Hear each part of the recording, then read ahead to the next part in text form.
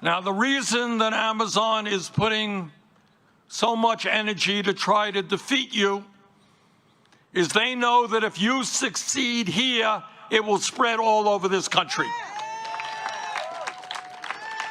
Because they know that it is not only workers here who are sick and tired of these outrageous working conditions, and I just had a few minutes to chat with some of you about the heat that you have to work under, the 12-hour day, 12 hours work schedules that you have. The fact that when you get a 30-minute break, it takes you 10 minutes to get to the break station and 10 minutes back. I don't know how people digest the meal in 10 minutes. And it is time for you to be able to sit down and negotiate better working conditions.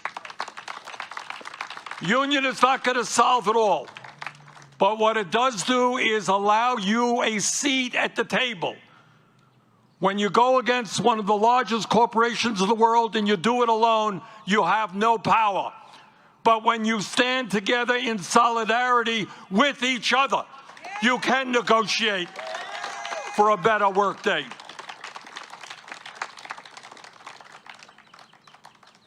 So this struggle takes place at a moment when so many of our brothers and sisters all over this country are hurting. And they are sick and tired of the greed that is so rampant in the corporate class. Enough really is enough. How much money do the richest people in this country require? How much in profits do the largest corporations really need? So what today is about is to say to this powerful, large, profitable corporations, treat your workers with respect and with dignity. And we're not dealing with a mom and pop operation here.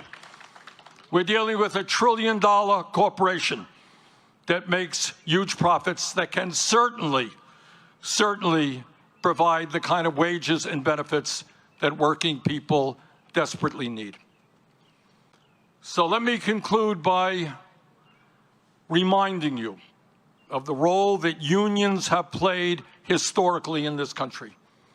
Over 100 years ago, there were children in Alabama and in Vermont who were working in factories and working in the fields. But working people stood up and said, no, that's wrong.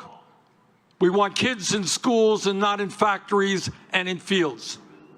Years ago, people worked 50, 60, 70 hours a week with no benefits, and workers came together and demanded that they be treated with respect and dignity, and they formed unions.